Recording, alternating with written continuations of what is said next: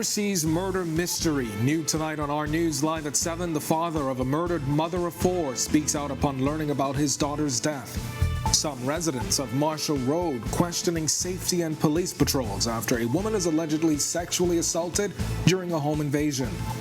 Coming up tonight in Our News, one trade union leader is calling for the transport minister to tender her resignation. This as he says she's been missing in action for months. I'm Anthony McDermott, and I'll have all the details for you in Our News. And then in Our News at 7:30, a 31-year-old man appears in court in connection with the murder of a man outside his home just days before Christmas. We've got details from inside the courtroom straight ahead. Our News Live at 7 starts now.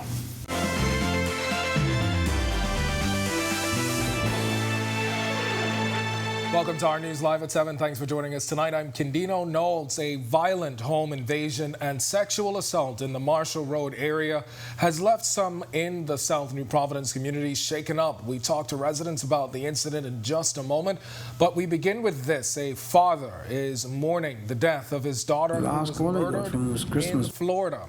According to the Orange County Sheriff's Department, police responded to a home on Thursday morning after a family member reported 29-year-old Joanna Regine Gomez Simo missing. Police say they found the young woman strangled to death. Her father says she was 20 weeks pregnant when she was killed and leaves behind 4 young children. Last call I got from was Christmas when she called me and told me dad her come over. I promised her, like, hey, I was coming over this year. I couldn't make it. All right, stay tuned for the full story. It's coming up in Our News at 7:30. And another kind of trouble for a 35-year-old mother who has been charged with child cruelty after police on patrol allegedly found her children on the street unattended at night. The woman, whose identity is being withheld to protect the children, faces 6 counts of cruelty over the January 7th incident. The mother pleaded not guilty to the charges at her arraignment before Chief Magistrate Joyanne Ferguson Pratt. The children, ages 1, 5, 7, 11, 12, and 14, are now in the care of the state. She was granted $5,000 bail and is allowed to have supervised visits with her children before her next court appearance on January 16th. And now to that violent home invasion and sexual assault in the Marshall Road area that has left the community shaken. Our Marlena Leonard has reaction. Residents and business owners are speaking out one day after the terrifying incident. Around 5 a.m. Sunday morning, 3 men armed with firearms broke into a home on Marshall Road. Police say the gunman tied the family up during the home invasion and sexually assaulted one of the women in the home. I spoke to Carlene Moss of C2G Shipping, who says this isn't the first time something like this has happened in the area. An intruder came into her house, raped her, robbed her, take her funds, and she was pleading for her life and her children's life. So it happened before. So I feel that what we could do, well, maybe we can up the policing in the community. We can actually review the hours that these things normally happen, because it appears that it is the same hours repeatedly when these incidents happen. But it's not a question of whether or not this particular area is safe, according to this resident. Do I feel safe in this area? This situation happened on Marshall Road, yes, this time.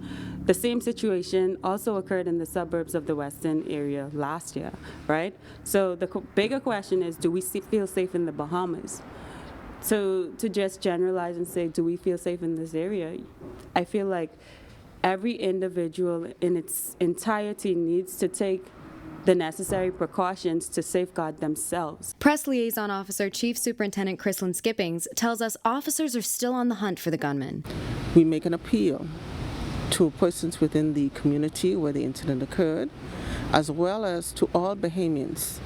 If you've heard anything, no matter how small or insignificant you may feel that information is, I want to encourage you to pass that information to the members of the Criminal Investigations Department. Give us that information so that we can bring this particular incident to a closure within a relatively short period of time. Reporting for Our News, I'm Marlena Leonard. And 7 men are in custody tonight after they were found in possession of over 390 pounds of suspected marijuana. Police say it was just after 12:20 p.m. on Sunday when Operation Ceasefire officers searched a Munnings Drive home and found 15 crocus sacks filled with marijuana. The drugs have an estimated street value of over $39,600. Investigations into that matter are continuing. And as the country continues to grapple with violent crime, Prime Minister Philip Davis and National Security Minister Wayne Monroe both pledging more resources for the Royal Bahamas Police Force. Progress will come from strong leadership and more resources and new initiatives targeting gangs and guns.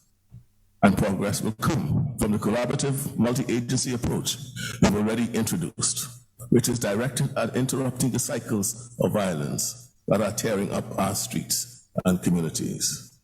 Recently, 100 recruits joined the ranks of the Royal Bahamas Police Force. They will strengthen the manpower at major divisions throughout New Providence and the rest of the Commonwealth. Due to this additional human capital, mobile and foot patrols have already been increased in our inner city communities. The Prime Minister and National Security Minister were making comments during the Royal Bahamas Police Force's annual church service and parade. Davis insisting now is the time to beef up the force given the current crime climate, which has already seen 4 people murdered so far this year.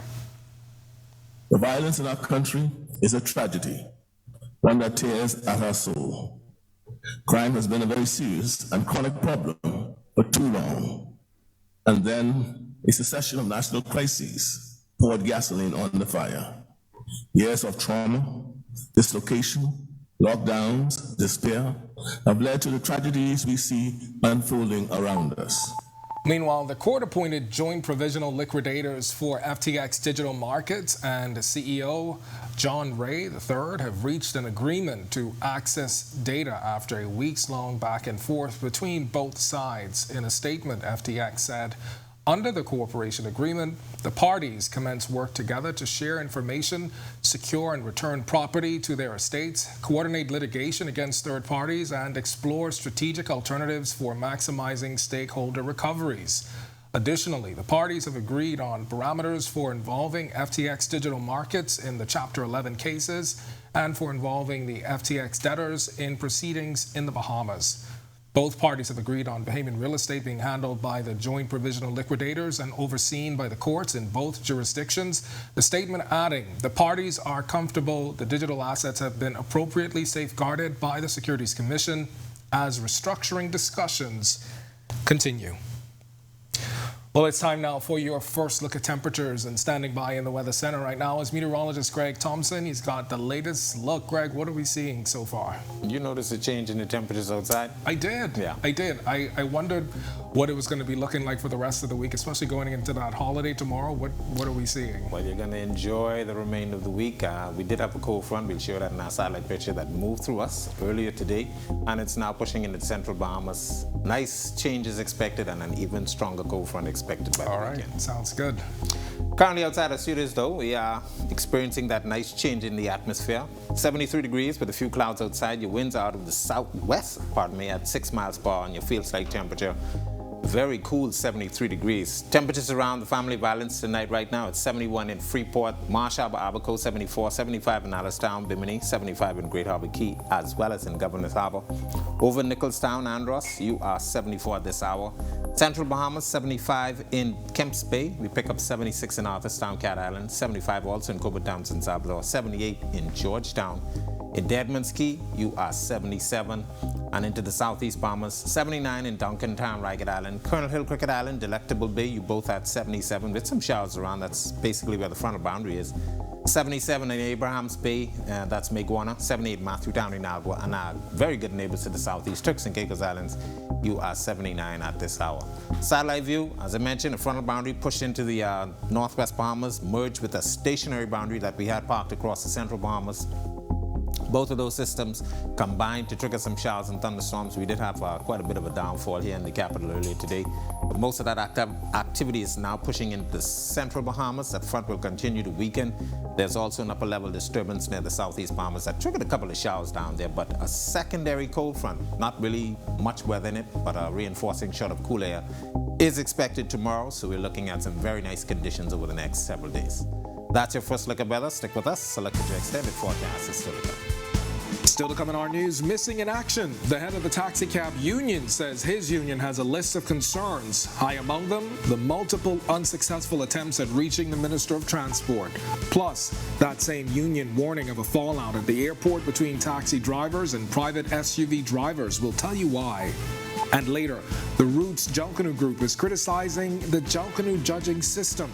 What group leaders say should be done instead. That story when our news continues.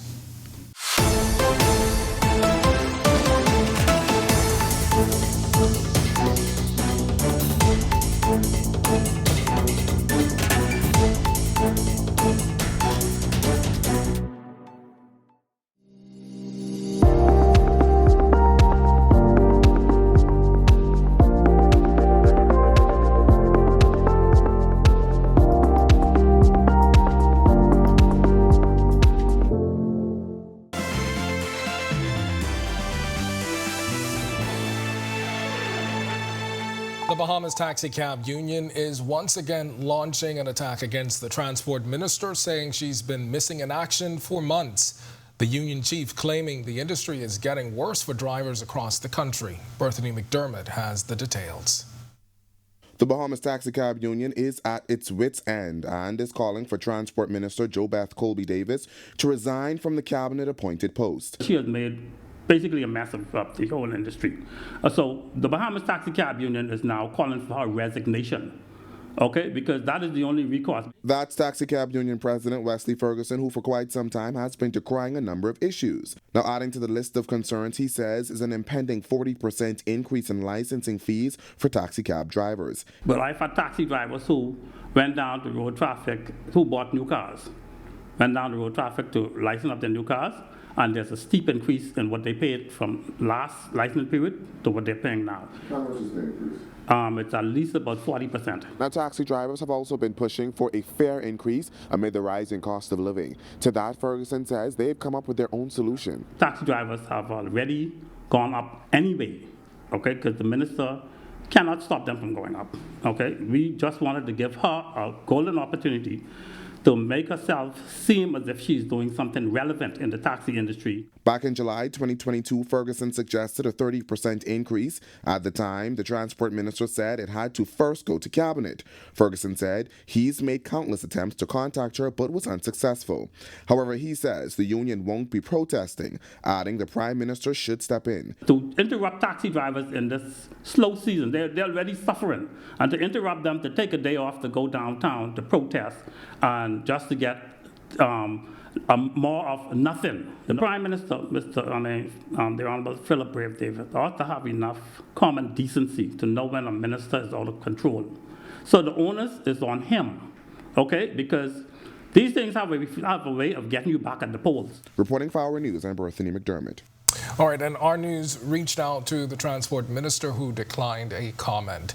Now, Ferguson also revealing taxi and SUV drivers stationed at Lyndon Pindley International Airport are at war. Explaining to our news, the two sides are fighting for tourists entering the country. It's why Ferguson is warning authorities to step in, saying if they don't, something may go down. Down there at the airport, it's a rat race. It's a rat race, and I am telling you, something is about to go down. Put me on record as saying that something is about to go down at the airport if the Ministry of Transport and the Ministry of Tourism and the police do not intervene. Something is going to go down. And I'm going to rest that squarely on her shoulders. She was informed. Now, Ferguson is alleging there has also been an oversaturation of SUV plates and says there's no workable system in place for the two to work together, making matters worse.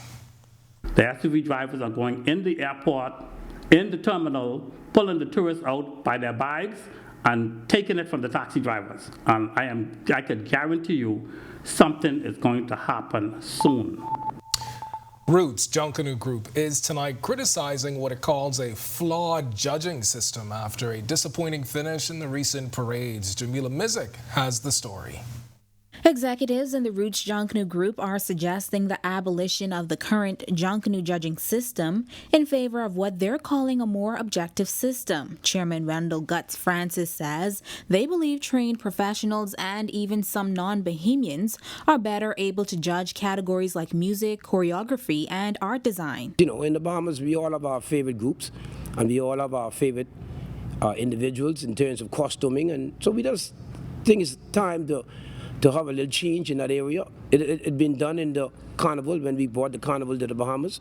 We had persons from around the world who came to judge and take a view of the carnival. And to the critics who are suggesting that non-Bahamians would not be able to fairly and appropriately judge the parade, they believe that notion is a myth. We have musicians from around the world that have been dying to get to the Bahamas during some of these instances. The group adds that they have made their suggestions about the judging system in the past. As you can see, over the years, the last 7, 8, 9, 10 years, even 15 years, you find groups continue complaining about not being judged fairly, feeling that they should have won, winning all the costume categories and coming third and fourth in the parade. Something is absolutely wrong with that. Chairman of the Junkanoo Corporation of New Providence, Dion Miller, is responding to the concerns. Miller noting that at the beginning of the year, the JCMP asked each group to choose their preferred method of judging, and the overwhelming response was for the public to judge the parade. After these judges are vetted, these judges have to attend a 6-week course. At the conclusion of those courses, they have to pass an examination. The different Junkanoo groups create the curriculum that the judges are trained on. The various Junkanoo groups train the judges. And so we are confident in our system. Our system is a transparent system. Reporting for Our News, I'm Jamila Missick. Meanwhile, Junkanoo Corporation of New Providence Chairman Dion Miller telling Our News he is elated that both the 2022 Boxing Day and 2023 New Year's Day Junkanoo parades are over and official. But while they may be done, he says the JCNP is working to incorporate the use of more technology in parades, and here's how. They want persons to view those scores live during the parade, and so we're working with our partners to make that a reality this year. So that's our big bet. And when you say score, you mean the judges' actual scores, yeah. One thing that persons don't realize is groups have the ability to see these scores during the parade.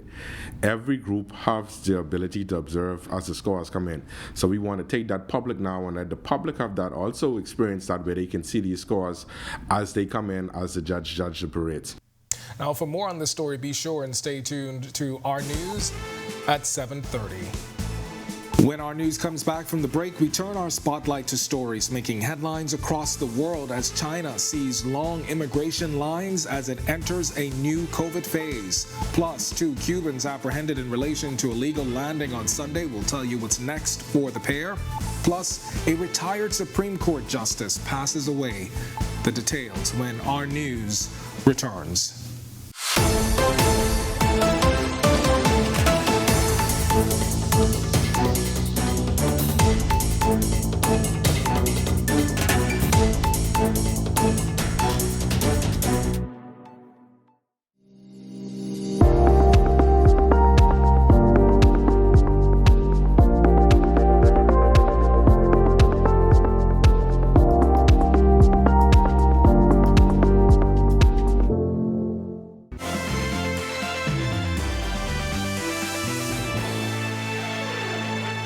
This is Our News. Welcome back. We turn our attention now to stories making headlines across the world. A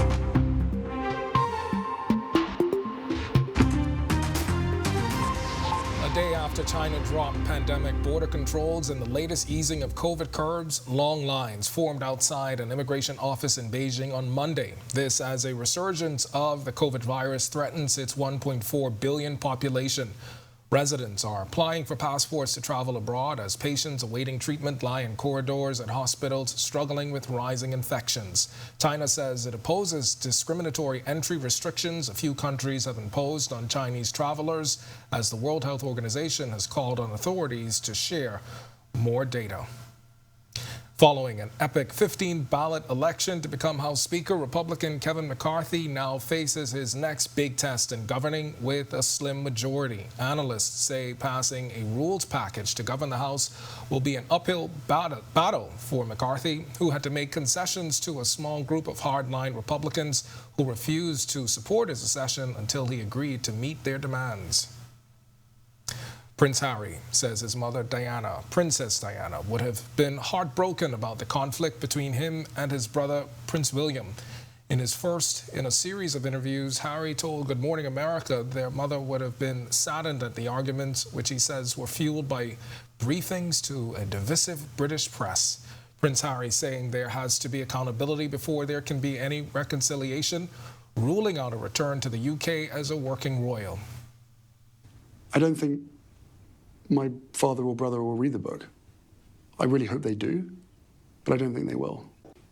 This status quo, internally, they feel as though it's better to keep us somehow as the villains, as opposed to, I genuinely believe, and I hope, that reconciliation between my family and us will have a ripple effect across the entire world. Maybe that's lofty, maybe that's naive, whatever, but I genuinely feel that. Security forces have detained 1,500 people in Brazil after supporters of far-right former President Jair Bolsonaro stormed government buildings in that country. Thousands of demonstrators ransacked the Congress building as well as the presidential palace and Supreme Court on Sunday, all in protest of the October election result that saw left-wing Luiz Inácio Lula da Silva become president. After Bolsonaro made unsubstantiated claims about voting systems, many of his supporters have refused to accept the result. And some 200 Cuban migrants who entered the United States illegally say they are devastated to learn they may be sent back to Mexico under expanded limits on the pursuit of asylum. This is U.S. President Joe Biden just announced Cubans, Nicaraguans, Haitians, and Venezuelans will be expelled to Mexico if they enter the U.S. illegally, effective immediately. Biden, who is in Mexico for the North America Summit, hopes to strengthen relations with Mexican Border Patrol agents. Meanwhile, local police arresting 3 Cubans, ages 44, 33, and 39 years old, after they were found on Anguilla Key just off Bimini. Reports revealing that boaters on a fishing trip found the illegal migrants sometime after 2 p.m. on Sunday. The group was arrested and handed over to the Department of Immigration for processing. Still to come in our news, today in history, find out interesting facts about the day that was January 9th as we look back on a 1942 sitting of the House of Assembly and a proposal to delay a general election. Plus, Greg is back with your extended weather forecast.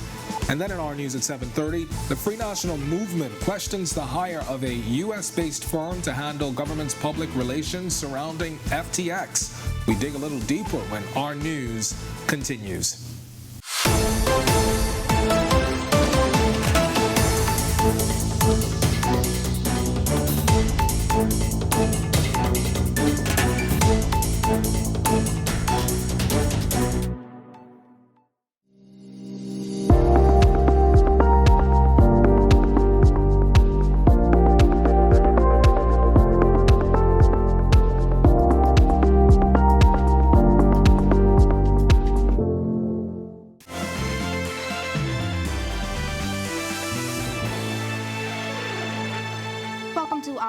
And thanks for joining us. I'm Jamila Mizik, topping news tonight. A family is mourning the death of a 29-year-old woman and her unborn baby who were murdered in Central Florida. Tonight, her father is reflecting on her life and the tough road ahead. Our Joshua Williams has the story. 4 young children are motherless tonight after their mom was found strangled to death. According to the Orange County Sheriff's Department, police responded to a home on Thursday morning after a family member reported 29-year-old Joanne Regine Gomez Simo missing. Police found the young mother of 4 strangled to death in her home. Her father, Joe Phillips, who lives in New Providence, says he had plans to travel and meet his daughter this year. But now, unfortunately, that will not happen. The last call I got from her was Christmas when she called me and told me, Dad, hurry, come over. I promised her, like, hey, I was coming over this year, but I couldn't make it, and, you know. Phillips sharing that his daughter recently moved to the States with her 4 young children to give them a better life. He describes her as a hard-working mother who always puts her kids first. She's a nice person, man. I had 4 kids. I was pregnant with another kid. You know, she love her children, love her family. You know, very, very friendly, very friendly person. Like to laugh. You know, she'll call my fiance and she'll tell her, oh, when you're coming, and you know, so what to say? To leave from you, to try better yourself and then leave your kids behind with no one, and she's struggling with, you know, just with, you know, with her, you know. She's a good mother to them, because like I say, wherever she go, the kids go. Orlando police arrested her 41-year-old boyfriend Pierre Florentin for first-degree murder. In the wake of his daughter's tragic death, Phillips has this advice for persons getting into relationships. You meet somebody, try get to know them, you know, and try be upfront and honest, and try, you know, do the right thing so this can't happen. You know, because like, I on the side, they know one side of the story, you understand? But if you do your part and be upfront and good, you know, I wouldn't think this would happen. Reporting for Our News, I'm Joshua Williams.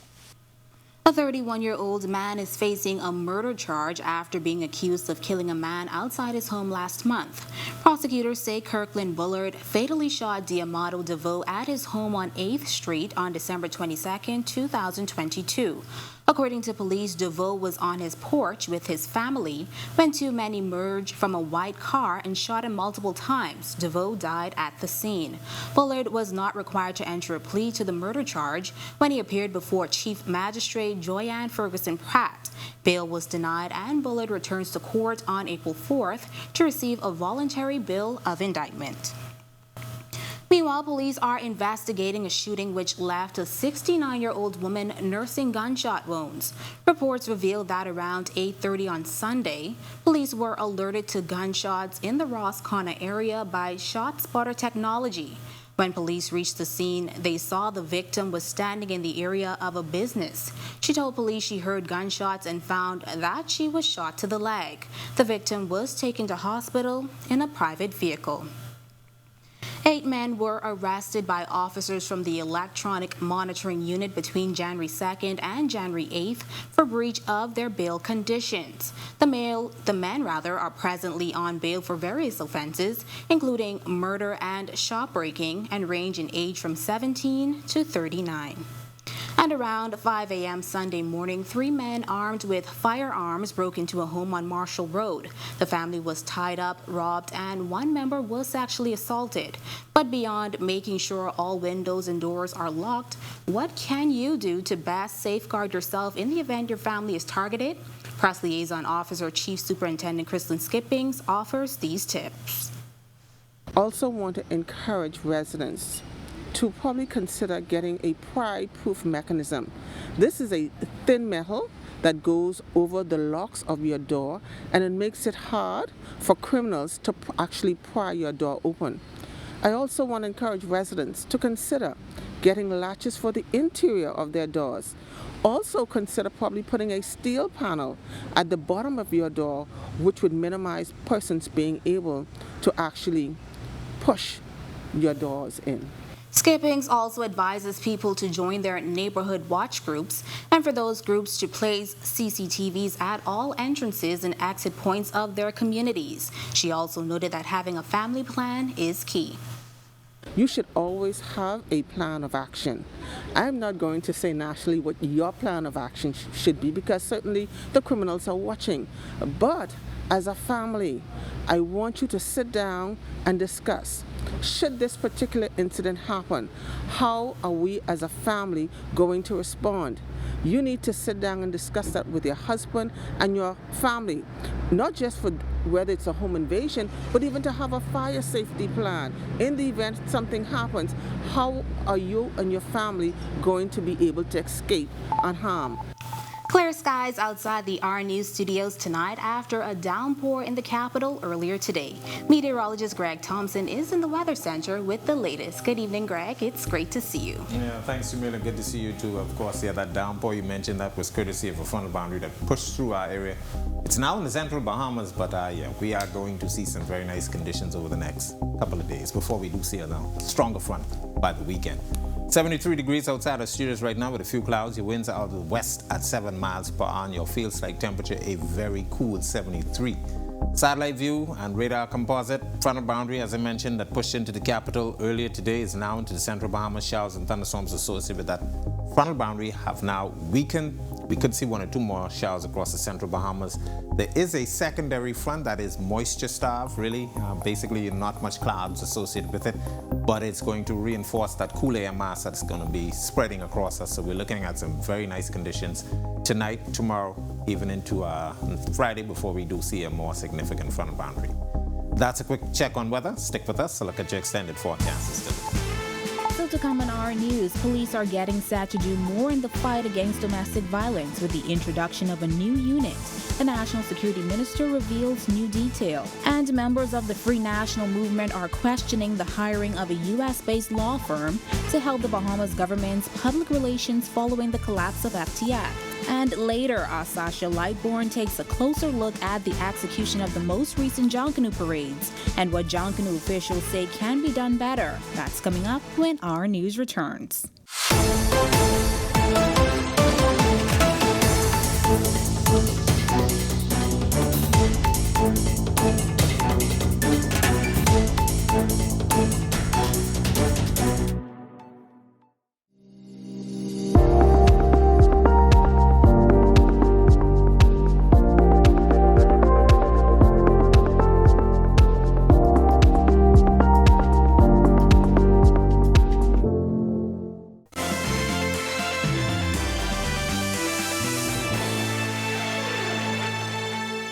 The launch of a domestic violence unit in the Royal Bahamas Police Force is just weeks away. National Security Minister Wayne Munro had this to say on the program during the RBPF's annual church service. By this month's end, a new domestic violence section is projected to be open and ready to serve the public. While domestic violence is one of the most common crimes, it is often misunderstood. Last March, Police Commissioner Clayton Fernandez announced plans to establish the unit, saying officer training would be in conjunction with the Bahamas Crisis Center and the Ministry of Social Services. As for who the new unit will assist, this office will serve to support all victims, irrespective of gender, and prevent further abuse. More importantly, it will liaise with government and non-government agencies to provide victim care and support. Free National Movement leader Michael Pintard is criticizing the Davis administration's decision to hire a U.S. law firm to help with public relations and communications regarding the collapse of FTX. A few weeks back, the Nassau Guardian reported information from an engagement letter between the government and Brown Rudnick LLP. Pintard says the opposition was not consulted, adding that they had hoped a Bahamian firm was hired. The government, we believe, took this suggestion that they ought to get additional help by hiring an international firm. Now, obviously, our preference would have been that you could hire a Bahamian firm who can quite easily establish a relationship with international firms to assist them. Because your first option is really to empower Bahamians, and we have some powerful agencies in the Commonwealth of the Bahamas who can work with agencies around the world in getting our message out. The letter was addressed to Attorney General Ryan Pinder and dated December 6, 2022. The letter notes that payments are due within 30 days of the date of the statement, which was December 6. It's unclear how much was paid or if any payments have been made. Pintard also questioned if the proper procurement process was engaged to hire the company. One of the suggestions we made was that they ought to get help in terms of putting out the proper message about the strength of our regulatory regime in general for the financial services, and they ought to talk about the fact that there was no politically exposed persons who were involved in anything nefarious, anything unethical or illegal with respect to FTX. Our news team understands that retired Justice of the Supreme Court Roger Gomez has died. Gomez, who is the brother of Anglican Bishop Drexel Gomez, died in hospital today. He was called to the Bahamas bar in 1978 and practiced law in private chambers until 1989 when he joined the magistracy. Gomez served as a stipendiary and circuit magistrate until 2004 when he was appointed the chief magistrate. In 2013, he became a justice of the Supreme Court and was assigned to the Family Division and was also responsible for coordinating efforts at the development of a separate family court. Justice Gomez is married to the former Gloria Bethel, and they have 3 children, Michelle, Roger Jr., and Ricardo. It's now time for tonight's Financial Market Minute, brought to you by RF, your local investment bank.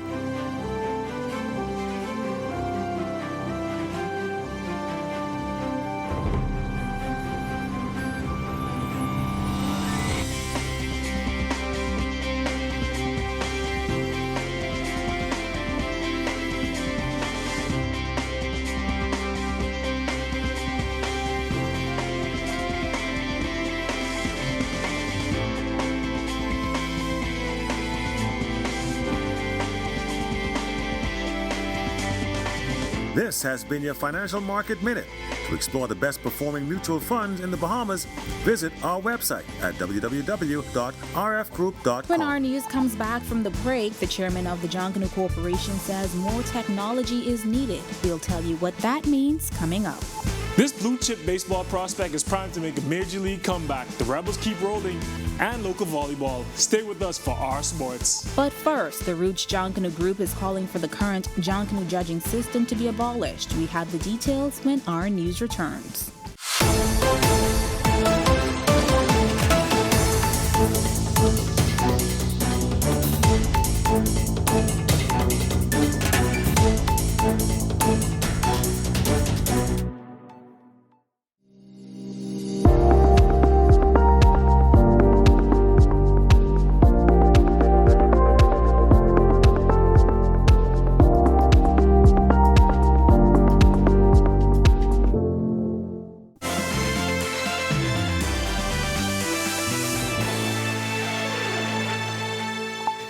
News. Welcome back. Roots Junkanoo Group executives are calling for a more objective judging system after a disappointing finish in the recent Junkanoo parades. Chairman Wendell Guts Francis and costume director Anthony Bain say they believe trained professionals and even some non-Bahamians are better able to judge categories like music, choreography, and art design.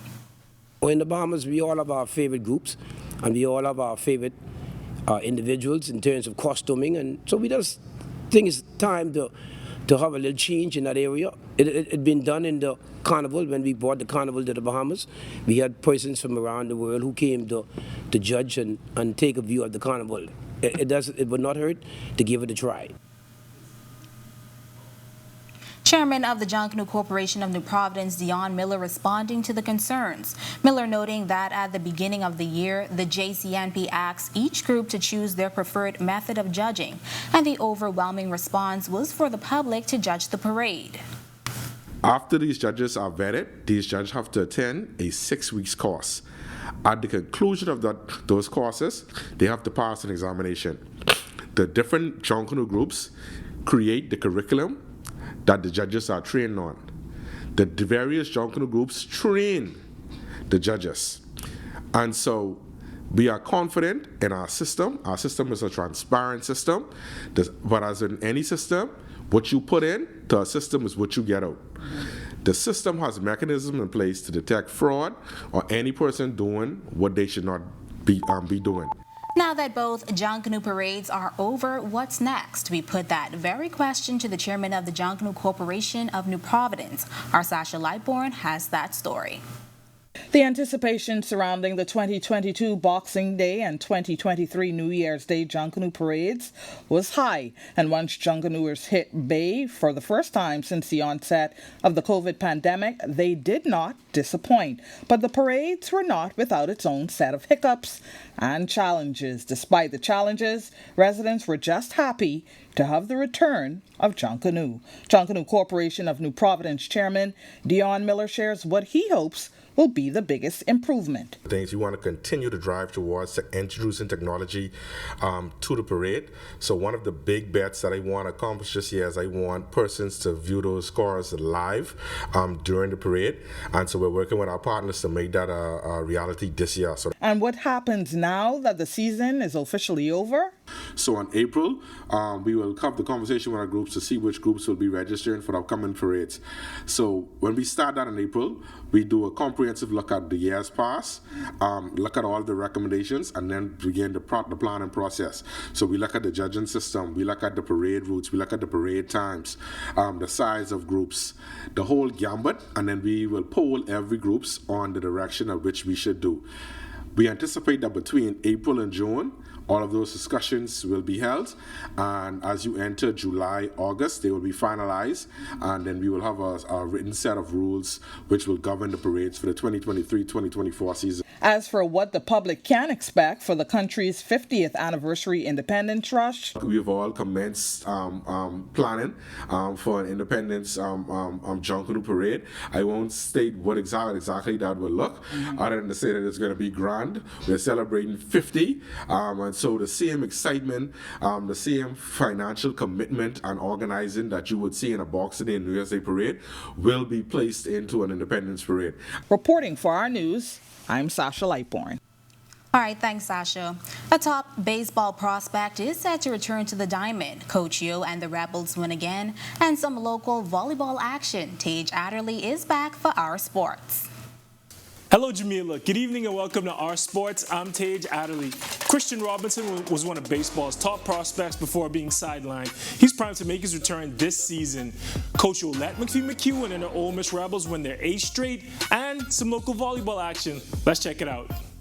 Signed by the Arizona Diamondbacks at age 17, Christian Robinson was one of the top prospects in all of baseball before legal and visa issues derailed his meteoric rise.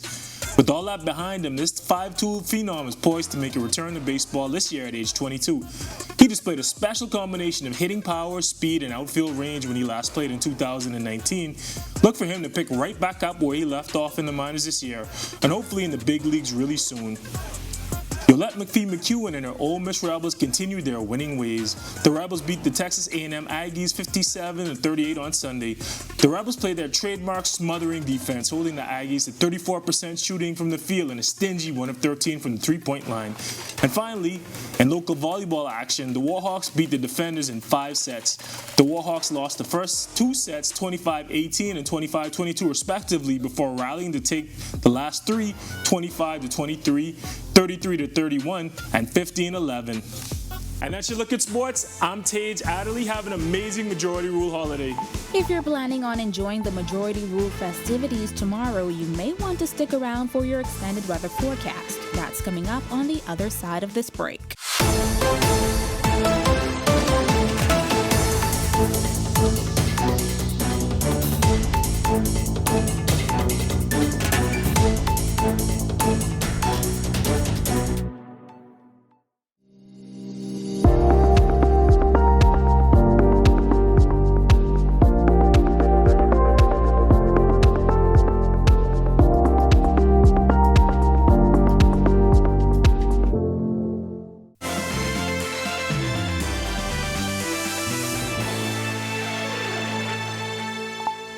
Welcome back to Our News. As the country prepares to observe Majority Rule Day tomorrow, we can hopefully enjoy clear skies too. Greg is back in the Weather Center with your extended weather outlook. Greg, any beaching for us tomorrow? If you're a tourist, yeah. But no, we Bahamians don't go in the water when it's chilly.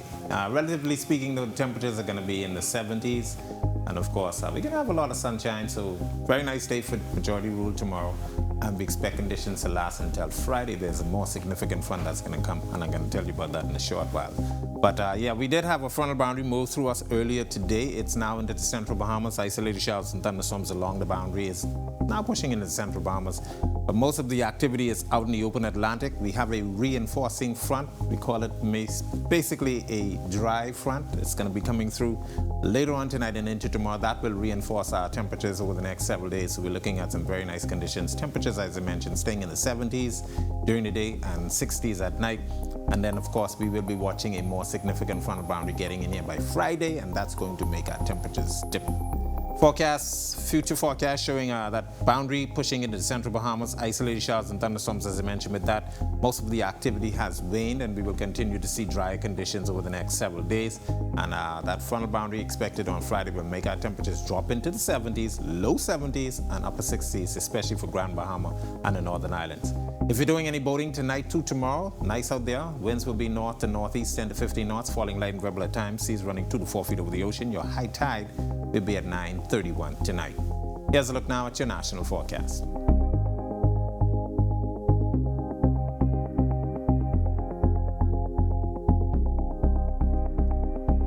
In your extended forecast, beautiful conditions expected for the next couple of days. Temperatures will take a dip as that reinforcing front comes through tomorrow. But look at Saturday.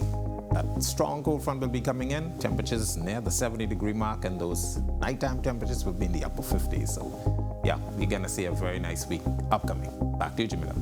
Like, how are the holidays shaping up? How is the holiday shaping up? Holiday is going to be nice. You can get outdoors and enjoy, and make sure you just make it safe. Do you plan to get out, Greg? No, unfortunately, rusted. Okay. All right, thanks, Greg. And thank you for joining us for Our News Tonight. On behalf of the entire team, I'm Jamila Mizik. We'll see you right back here tomorrow night. Have a beautiful evening, Bahamas.